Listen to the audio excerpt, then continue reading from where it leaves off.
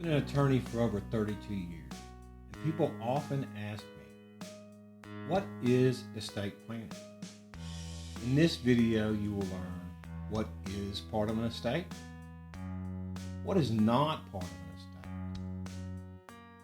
So stick around. Hi, I'm Mark. I'm a Texas attorney, and in today's video, we're going to learn the basics of estate planning from a legal perspective. What is an estate? An estate is real or personal property remaining in your name at the time of your passing. Let me say that again because the question can become very complex. An estate is any real or personal property remaining in your name at the time of passing.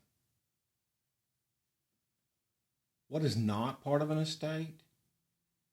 Any real or personal property that has an identified legal beneficiary at the time of your passing. What are some examples of items that would not be part of an estate? The way I describe it to people is if you have a contract with any company or institution, that contract is going to have within its terms the ability to identify legal beneficiaries that you wish to receive the asset at the time of passing.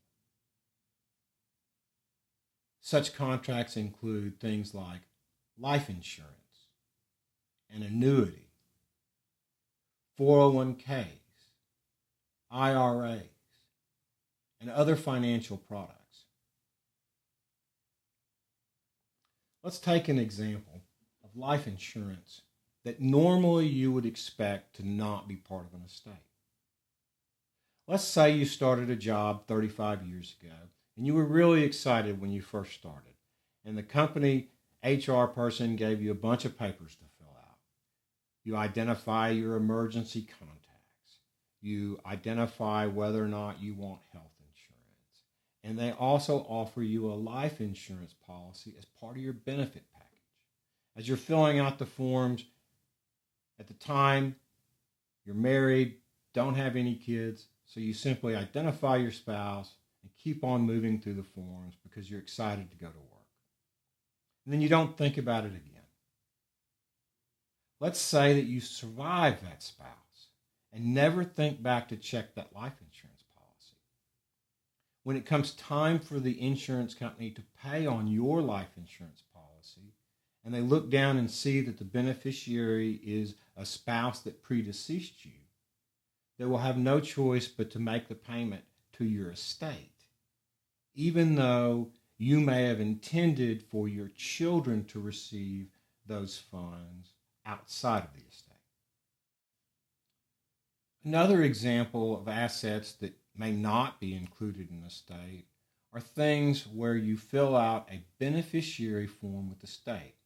For example, if you go to the Texas Department of Motor Vehicles, you can complete a beneficiary form for your vehicle, identifying who you wish to receive your vehicle at the time of passing.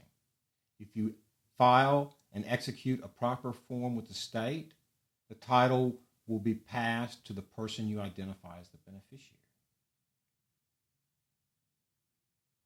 Another example of a method you can use to avoid an asset being part of the estate is by executing a beneficiary form with the Department of Housing in regards to a manufactured home.